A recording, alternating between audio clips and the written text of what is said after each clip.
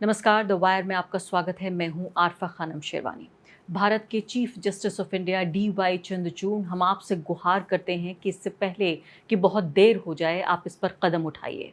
एक दर्जन से ज़्यादा जो न्यूज़ ऑर्गेनाइजेशंस हैं, यानी जो संस्थान हैं, जो बॉडीज़ हैं, प्रेस क्लब अलग अलग जगहों के, और इसके अलावा जो न्यूज़ एसोसिएशंस हैं न्यूज़ बॉडीज़ की, उन्होंने गुहार की है ये भारत के जो चीफ जस्टिस ऑफ इंडिया हैं DY चंद्रचूड़, उनसे कहा है कि जिस तरह का खतरा इस वक्त भारत की प्रेस पर, भारत के पत्रकारों पर, भारत के पत्रकारों के अस्तित्व पर, और इसी से जुड़ा हुआ सवाल है भारत के लोकतंत्र का, उस पर मंडरा रहा है, आपको कदम उठाने की बहुत सख्त ज़रूरत है। उन्होंने कहा है कि हम ये कह रहे हैं एक लोकतंत्र के एक खंबे के तौर पर, एक पिलर के तौर पर, एक दूसरे संस्थान, एक दूसरे पिलर से जो सुप्रीम है। एक बहुत ही, मैं कहूँगी, जज्बाती तरीके से, बहुत खूबसूरती से लिखा गया ये एक लंबा ख़त है जो आपको पढ़ना चाहिए, जो भारत के पत्रकारों ने लिखा है, जो नरेंद्र मोदी सरकार से सवाल पूछ रहे हैं। वो पत्रकार नहीं जो कि सरकार की गोद में बैठे हैं, बल्कि वो जो अपना धर्म निभा रहे हैं। ख़ासकर 3 बातों को उन्होंने कहा है कि अगर आप इस पर कदम उठा सकें तो हम आपके शुक्रगुजार होंगे, और ये कीजिए कि इससे पहले बहुत देर ना हो जाए। इसमें सबसे बड़ी बात है जो फ़ोन्स और लैपटॉप्स लेने की बात है, उसको सीज़ करने की बात है। यानी इससे पहले कि कोई भी एक ऐसा कोई रिमांड या कोई सर्च का पेपर या कोई भी ऐसा कानूनी पत्र पुलिस के पास होता है, इससे पहले ही वो इसके बिना वो पत्रकारों के फ़ोन और लैपटॉप को सीज़ कर लेते हैं। और इस ख़त में कहा गया है इसमें तमाम तरह की वो इन्फॉर्मेशन होती हैं, और एक तरह से एक इंसान के खुद का एक एक्सटेंशन बन गया है किसी का फ़ोन या फिर उसका लैपटॉप। ये तमाम चीज़ें सीज़ करने के लिए दिशा निर्देश होने चाहिए। इसके अलावा, क्योंकि हर तरीके से आपके जीवन का हर पहलू इन डिवाइसेस से जुड़ा हुआ है। दूसरी महत्वपूर्ण बात इसमें कही गई है कि अगर पत्रकारों से पूछताछ की जाए तो उसके लिए एक दिशा निर्देश बनाना बहुत ज़रूरी है। कहा गया है ऐसा नहीं है कि हम सुपर ह्यूमन हैं या हम कानून से ऊपर हैं, लेकिन पत्रकार जब उनसे सवाल पूछा जाता है, और ख़ासकर वो लोग जो कि सवाल पूछ रहे हैं सरकार से, तो कहीं न कहीं इसमें एक लार्जर पब्लिक इंटरेस्ट, आम आदमी का हित जुड़ा हुआ है। इसलिए दिशा निर्देश जारी किए जाएँ। तीसरी महत्वपूर्ण बात पूछी गई है कि जो स्टेट की एजेंसीज़ हैं, यानी कि जो जांच एजेंसीज़ हैं, जब ये इस तरह का एक्शन उठा रही हैं, ये इस तरह का इन्वेस्टिगेशन करती हैं जिसमें कोई ठोस आधार नहीं है उस इन्वेस्टिगेशन का, उसके बावजूद भी पत्रकारों को परेशान करने का एक ज़रिया एक तरह से बना लिया है। ये कहा गया है कि एक तरीक़ा निकालिए आप, जिससे कि इन स्टेट एजेंसीज़ की, इन जांच एजेंसीज़ की जो जवाबदेही है इस मामले पर, वो स्थापित की जा सके। क्योंकि उदाहरण मैं आपको दूँगी कि UAPA के मामले में ये केस जब चल रहा था सिद्दीक कप्पन पर, तो बिना ट्रायल के सिद्दीक कप्पन को 2 साल से ज़्यादा जेल में रहना पड़ा। ऐसा दूसरे पत्रकारों के साथ नहीं होना चाहिए। अब यहाँ पर मैं बातचीत करती हूँ वरिष्ठ पत्रकार परंजॉय गुहा ठाकुरता से। वो उन पत्रकारों में शामिल हैं जिनको दिल्ली पुलिस की स्पेशल सेल उठा कर ले गए उनके घर से सुबह-सुबह 6 बजे। जिन पत्रकारों को उठाया गया उनमें वो भी शामिल थे। उनके तमाम तरह के डिवाइसेज़ उनको सीज़ कर लिया गया। परंजॉय गुहा ठाकुरता इस वक्त हमारे साथ मौजूद हैं। वो आँखों देखा हाल नहीं, खुद पर बीता हाल बताने के लिए कि उनके साथ एक ऐसा पत्रकार जिसने दशकों का अपना जीवन पत्रकारिता को दिया, उसके साथ भारत की जो एजेंसीज़ हैं, जो जांच एजेंसीज़ हैं, किस तरह से मुजरिमों जैसा, क्रिमिनल जैसा बर्ताव किया। बहुत बहुत शुक्रिया आपका परंजॉय गुहा ठाकुरता द वायर के साथ बातचीत करने के लिए, सहमत होने के लिए। मैं जानती हूँ कि UAPA जो आतंक निरोधक कानून है, गंभीर धाराओं में आपके ऊपर ये मुकदमा चल रहा है। सबसे पहले आप मुझे ये बताइए कि किस तरह से पुलिस आपके दरवाजे तक पहुंची जब पहली जो दस्तक हुई। अब तक कहा जाता था कि मिडनाइट नॉक, जिसको इमरजेंसी के लिए इस फ्रेज़ का इस्तेमाल किया जाता था। अब जो अघोषित इमरजेंसी है, नरेंद्र मोदी सरकार की इमरजेंसी, उसको, उसमें सुबह जो अर्ली मॉर्निंग नॉक कहा जा रहा है कि सुबह-सुबह आपके दरवाजे पर दस्तक होती है, और उसके बाद जिस तरह का हाल होता है फिर वो टीवी पर ही देखा जाता है क्या हो रहा है। सबसे पहले हमें बताइए कि वो हाल क्या था? उस दिन मेरे बीबी और मैं, मेरा बेटा जा रहा है कॉलेज में, तो उसको हमने विदाई देने के लिए वहां बाहर गए थे। अचानक उनके साथ उनके एक और क्लासमेट भी थे। अचानक हमने देखा है पुलिस वालों पहुंच गए हमारा घर पे। फिर बाद में हम गिन के देखा 9 के आसपास, इसमें हरियाणा पुलिस के 2 थे, एक महिला थे, सब आके हमारे घर में बैठे। फिर हमें बोला क्यों आप आए हैं, तो सीधा बोल दिया न्यूज़ क्लिक के साथ आप एक संपर्क है, आप बताते रहिए क्या संपर्क है आपका। तो मैंने बोला मैं एक सलाहकार हूं, मैं उनका कर्मचारी नहीं हूँ, एम्प्लॉय नहीं हूँ, मैं उनका शेयर होल्डर नहीं हूँ, मैं डायरेक्टर नहीं हूँ, मैं उनका एडिटोरियल बोर्ड में नहीं हूँ, मैं सिर्फ एक सलाहकार हूँ। आज नहीं, मई 2018 से हाँ, हमें पैसा मिलता है उनसे, हम एक इनवॉइस देते हैं और वो इनवॉइस हमारा पैसा बैंक का खाता में चले जाते हैं। मई 2018 से 3 साल लगातार 1.5 लाख रुपए के आसपास हमारे बैंक उसमें से टीडीएस मतलब टैक्स डिडक्टेड सोर्स काटने के बाद हमारा बैंक का खाता में जा रहे थे। उसके बाद कम कर दिया इन्होंने कोविड के बाद, तो मैंने बहुत सारे महीना में उनका इनवॉइस भी नहीं दिया। वो 1 लाख हो गया था, उसके टीडीएस काटने के बाद बहुत महीना मैंने बोला हम नहीं देंगे, हम इनवॉइस नहीं दे रहे। तो मैंने बोला सब कुछ एकदम पारदर्शिता के साथ है। मेरा बैंक का खाता, मेरा बैंक का अकाउंट का नंबर लीजिए, ये हमारा एक ही बैंक का अकाउंट है, यूनियन बैंक में चले जाइए। आयकर विभाग भी पहले देखा, ईडी भी पहले, इन्फोर्समेंट डायरेक्टरेट भी देखा। उसके बाद ऐसे 2 घंटा हमारे साथ बातचीत हुई। मेरे जो बीबी है उसको वो स्कूल में जाना पड़ता। मैंने बोला तुम चले जाओ। मैं एक पड़ोसी भी आए थे हमारे साथ, तो 2 घंटा के बाद उनको हम चाय पिलाया, पानी पिलाया। उसके बाद उन्होंने बोला आप आइए हमारे साथ। तो बोला ठीक है चलिए, मैं आपके साथ जा रहा हूँ। तो मैंने बोला जब तक आप लिखित रूप में नहीं देंगे हमारा कोई जो इलेक्ट्रॉनिक डिवाइस है हम नहीं। तो बोली वहीं चले जाइए, वहीं पे बात कीजिए।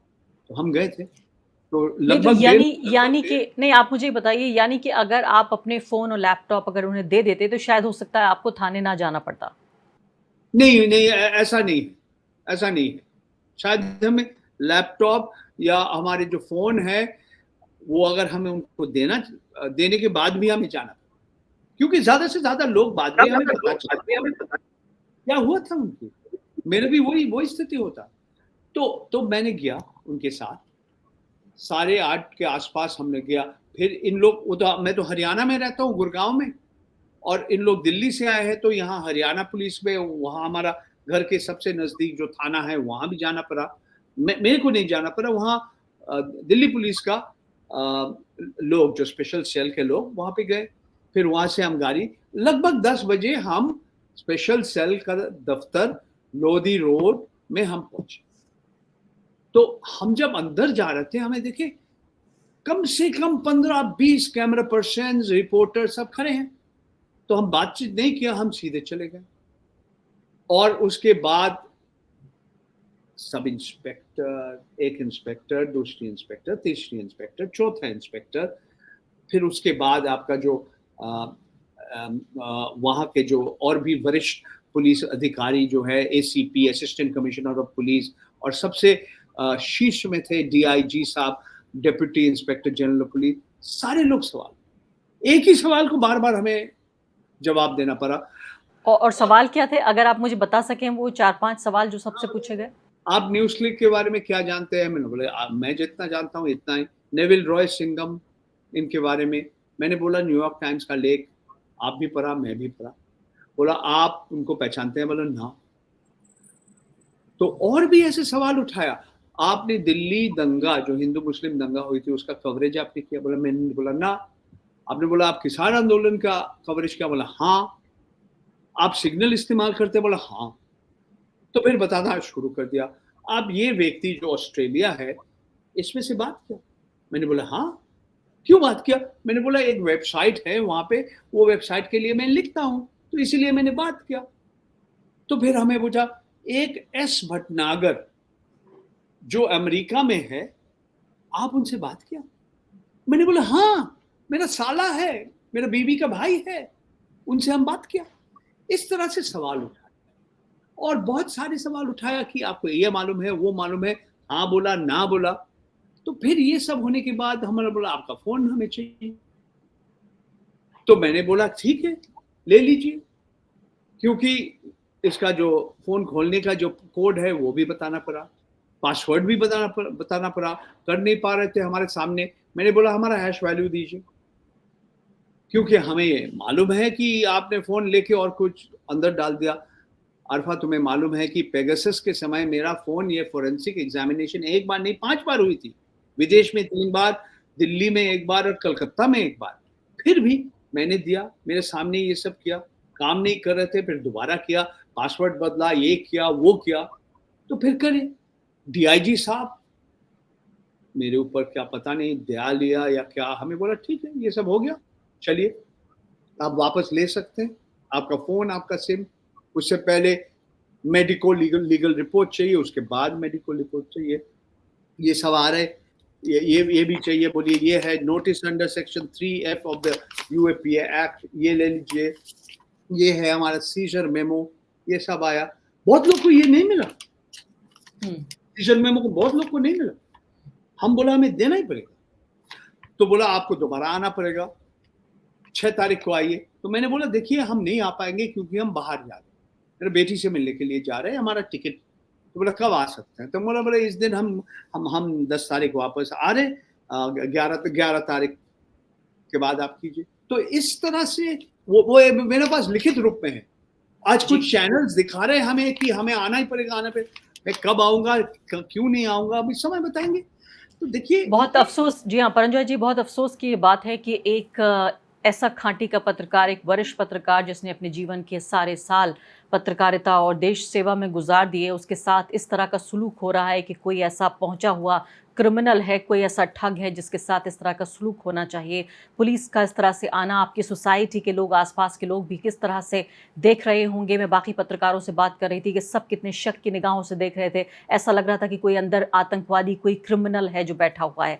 अब अगले कुछ सवाल जो मैं आपसे पूछना चाहती हूँ वो न्यूज़ क्लिक को लेकर पूछना चाहती हूँ, भारत में पत्रकारिता से जुड़े हुए सवाल पूछना चाहती हूँ। सबसे पहली बात तो मुझे ये बताइए, ये पता चला है कि न्यूज़ क्लिक के दफ्तर पर ताला लगा दिया गया है और इसके अलावा 2 जो फाउंडर्स हैं, एक अकाउंटेंट और दूसरे फाउंडर, उन दोनों को आतंकवाद निरोधक कानून यानी यूएपीए में गिरफ्तार कर लिया गया है। 7 दिन की रिमांड पर उनको भेजा गया है। आपको लगता है इस सब सदमे से, इस सब धमकियों से क्या न्यूज़ क्लिक उभर पाएगा? क्या कभी वो एक सामान्य संस्थान की तरह काम कर पाएगा?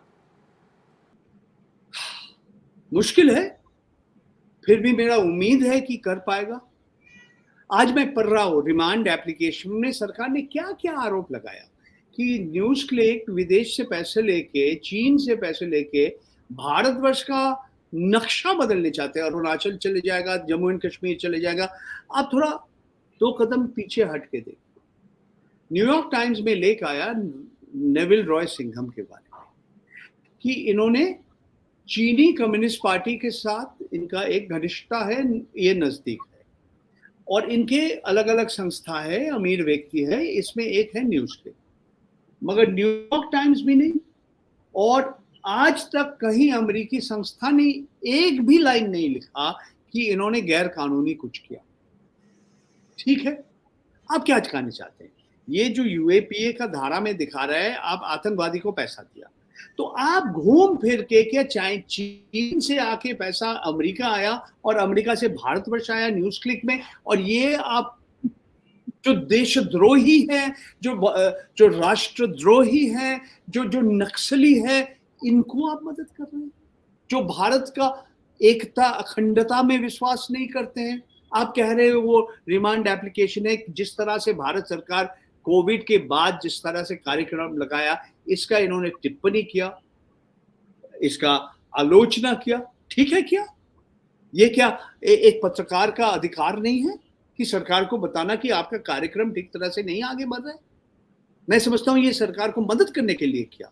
ठीक है, दंगा हो रहा है दिल्ली में और किसान का आंदोलन चल रहा है, तो आप कैसे कैसे लोग को आपने, बच्चे हैं जो अभी अभी अपना पत्रकारिता शुरू किया, कॉपी एडिटर, किसी ने ग्राफिक्स, घर जाके उनको डरा के सब कुछ ले लिया, फोन ले लिया, पासपोर्ट ले लिया, लैपटॉप ले लिया, आज भी उनके पास है।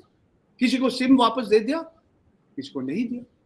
तो मैं क्या बताऊं, मेरे साथ तो बहुत अच्छा व्यवहार किया है। जी, परंजोय जी, अगला सवाल मेरा ये है कि जो न्यूयॉर्क टाइम्स की जो रिपोर्ट छपी है कि इसमें 38 करोड़ रुपया आया, कई बार सवाल ये उठ रहे हैं, पत्रकार जो बिरादरी है उनमें ही कुछ लोग सवाल पूछ रहे हैं कि वो रेड लाइन क्यों नहीं दिखी न्यूज़ क्लिक को, परंजॉय गुहा ठाकुर तक को वो रेड लाइन क्यों नहीं दिखी कि किससे पैसा लेना चाहिए, वो इस संस्थान से जुड़े रहे, पुराने पत्रकार हैं, उन्होंने एक दौर देखा है। आपको लगता है कि क्या इनमें से कुछ सवाल ऐसे हैं जो वाजिब और जायज़ हो सकते हैं कि न्यूज़ क्लिक एक ऐसा संस्थान का जिसका बहुत ज़्यादा प्रसार भी नहीं है या उसका बहुत प्रभाव नहीं है, उसके बावजूद भी कोई इतना बड़ा पैसा क्यों लगाएगा? बार-बार ये सवाल पूछा जा रहा है। अरफा, आपने अच्छा सवाल उठाया। मैंने पहला बोला, मेरा न्यूज़ क्लिक के साथ जो रिश्ता है, मई 2018 से, उसके बाद चुनाव भी हुई।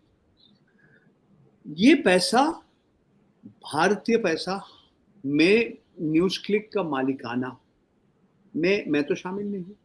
मैं कंपनी का एम्प्लॉई नहीं हूँ, मैं निर्देशक नहीं हूँ, मैं मालिक नहीं हूँ, मैं शेयर होल्डर नहीं हूँ, मैं तो उनका एडिटोरियल बोर्ड में भी नहीं हूँ। तो हमें मालूम है कि आप आपका काम कीजिए, आपका लेख लिखिए, आपका वीडियोस बनाइए, आपके साथ हम इंटरव्यू करेंगे और आपको ये रेम्यूनरेशन मिल जाएगा। आपको पूरा पैसा मैंने बता दिया, कितना पैसा हमें मिला, ये सब है। तो आप 5 साल का पैसा इकट्ठा करके दिखाएंगे, इतने लाखों रुपया पर एंजॉय ने लिया, ये चीन से लिया। अरे बापा, चीन से बहुत भारतवर्ष के चीनी कंपनी ने निवेश किया, वाणिज्य चल रहा है भारतवर्ष और चीन के बीच। चीनी कंपनी ने पीएम केयर्स, प्रधानमंत्री के नाम में जो एक फंड है, उसमें भी पैसा दिया। तो देखिए, आप मेरे से पूछ रहे हैं कि मैं एकदम बेवकूफ हूं कि हमें मालूम है ये चीन का पैसा। प्रबीर पुरकायस्था का अपना जो व्यक्तिगत जो विचारधारा है, राजनीतिक विचारधारा है, इसमें तो वो कभी छुपा नहीं, वो वामपंथी है, मुझे मालूम है। उनके साथ गौतम नवलखा का जो पुराने एक रिश्ता था, हम सब जानते थे।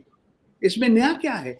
आप कहने चाहते हैं कि चीन से पैसा एक अमेरिकी अमीर व्यक्ति के पास आया और घूम फिर के भारतवर्ष में आया और भारतवर्ष के एक न्यूज़ क्लिक करके संस्था ये सारे आतंकवादी को पैसे दे रहे, नक्सलियों को पैसे दे रहे, टुकड़े टुकड़े गैंग को पैसे दे रहे, जो भारतवर्ष को भारतवर्ष का एक एकता और अखंडता में विश्वास करते नहीं।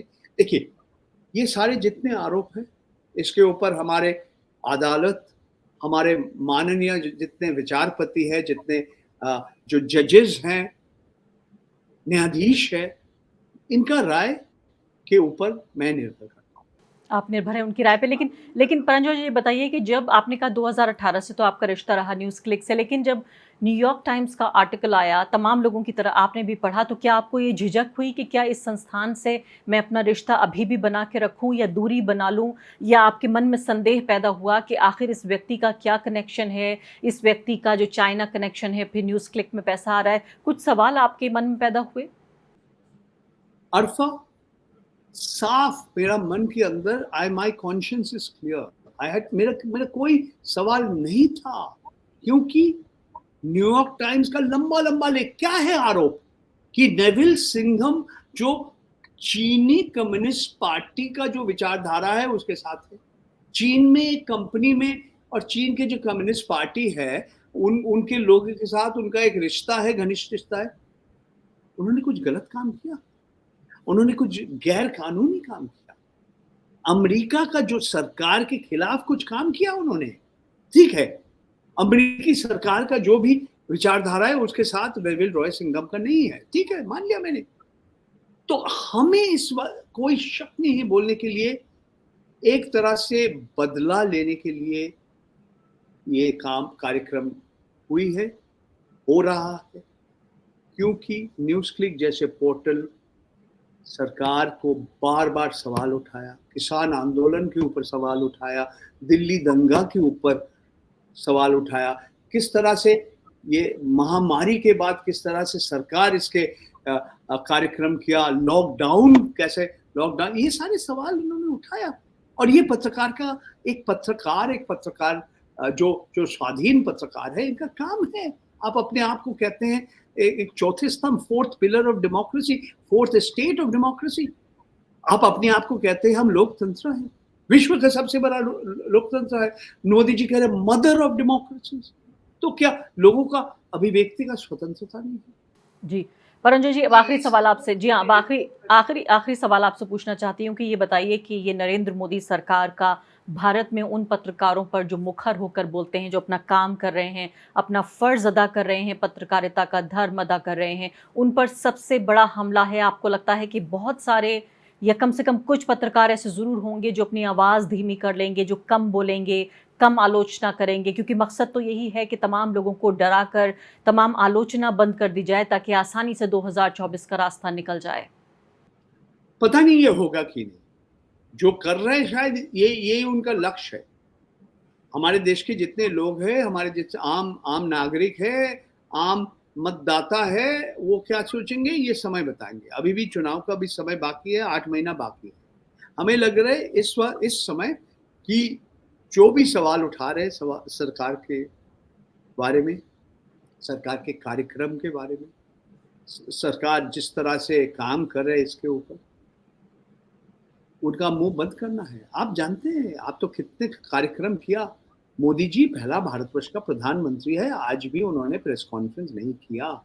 वो चुन के कुछ पत्रकारों को चुन के उनको साक्षात्कार दिया। आपको नहीं मिला, आपको तो इंटरव्यू नहीं देंगे मोदी जी, क्योंकि आप जिस तरह से सवाल उठाएंगे वो तो अंजना ओम कश्यप सवाल नहीं उठाएंगे, या सुधीर चौधरी, या अपना नाविका कुमार, या रजत शर्मा।